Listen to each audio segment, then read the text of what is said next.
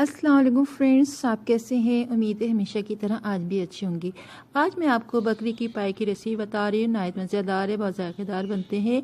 आप ज़रूर बताइएगा, फीडबैक ज़रूर दीजिएगा, ठीक है। इसके लिए हमने 4 अदद बकरी के पाई लिए हैं। उसको अच्छी तरह धो लिया। उसके बाद हमने पानी लिया, इसमें बॉयल किया और इसमें जो मसाले आपको नज़र आ रहे हैं, सफ़ेद ज़ीरा, बड़ी इलायची, सब कुछ डाला है। इसमें प्याज डाली और इसमें हमने अदरक और लहसुन डाला, ठीक है। जो सारी जो है क्वांटिटी प्रॉपर तरीके की जो है वो मैं आपको डिस्क्रिप्शन में लिख देती हूँ, तो आप ज़रूर चेक कर लीजिएगा हमने कितना कप क्या चीज़ें डाली हैं, सही है। तो अब हमने जब यखनी बनाया था तो अदरक, लहसुन, प्याज और ये जो गरम मसाला है वो हमने इसमें डाल दिया था। डालने के बाद इसमें और हमने आधा चम्मच नमक डाला था, ठीक है।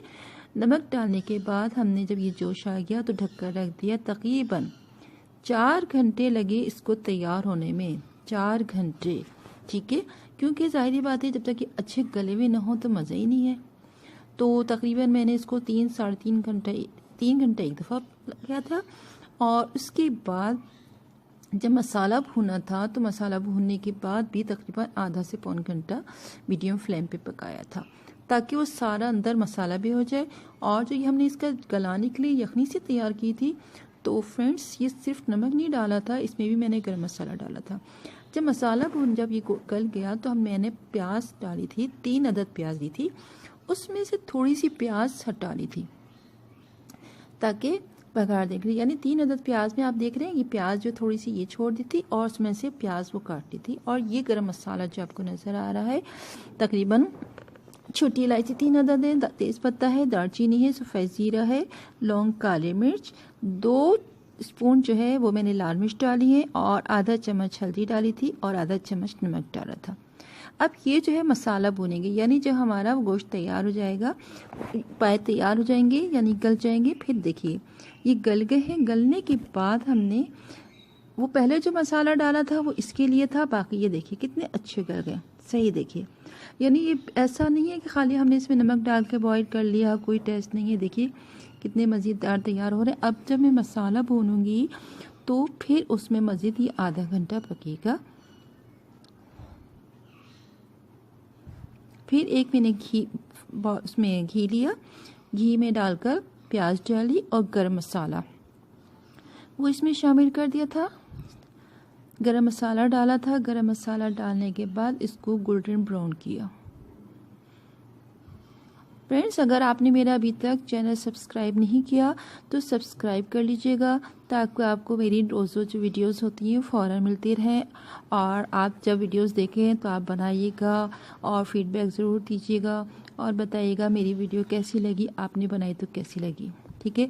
अच्छा, जब हमने उसमें लाल मिर्च भी डाल दी थी मसाला भूनते भूनते, फिर अब हमने उसमें पिसा हुए प्याज और अदरक लहसुन पिसा हुआ वो शामिल कर लिया था और वो डालकर इसको भूना था। फिर थोड़ा सा क्वार्टर कप करके कहना चाहिए, उससे भी थोड़ा सा इसमें पानी डाल दिया था।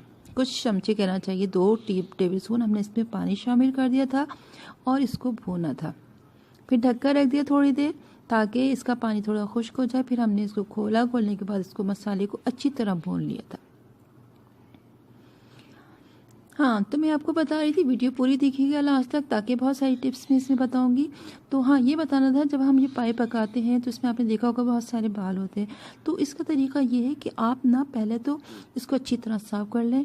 फिर उसके बाद आपको कहीं नज़र आ रहा है तो कपड़े को लेकर, साफ़ वाइट कपड़े लेकर, जिससे हम लोग थ्रेडिंग करते हैं, इसके ऊपर लगाएं, वो कर दें। फिर एक और तरीका है कि आप जब बिल्कुल साफ़ हो जाए फिर गर्म पानी में लेकर सिर्फ डिप करके निकालना है। जो एक्स्ट्रा 1-2 बार रह भी जाएंगे तो वो उसमें से निकल जाएंगे और वो पानी फेंक देना है। आपका बहुत साफ सुथरा पाया इस तरह तैयार हो जाएगा, यानी साफ सुथरा होगा।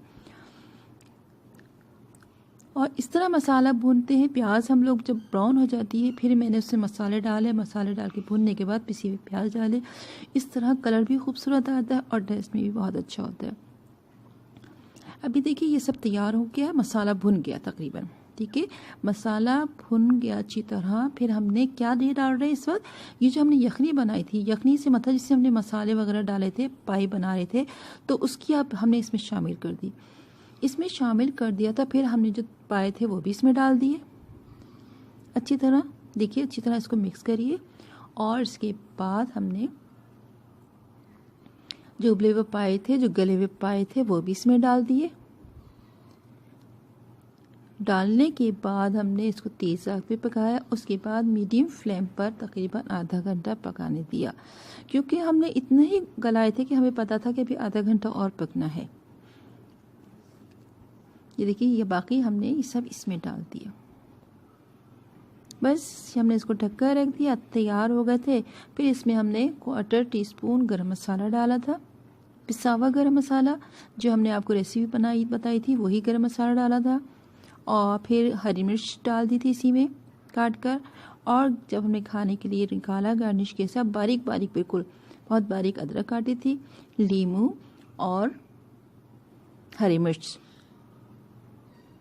के साथ, मतलब सालन था और नान थे, उसके साथ सर्व किया। बहुत ज़ायकेदार बना है, आप लोग ज़रूर बनाइएगा, फीडबैक भी दीजिएगा। और मज़ीद वीडियो के लिए मेरा चैनल सब्सक्राइब कीजिएगा, बेल आइकॉन को क्लिक करिएगा, ताकि आपको जैसे मैं कोई वीडियो अपलोड करूं तो आप तक फ़ौरन पहुंच जाए। इंशाल्लाह फिर मैं आपको कल दूसरी कोई रेसिपी बनाऊंगी, और बल्कि अभी दलीम की रेसिपी भी है, इंशाल्लाह ताला 1-2 दिन में वो भी बना दूंगी। बहुत सारी चीज़ें हैं, मैं आस्ता आस्ता बताती जा रही हूँ।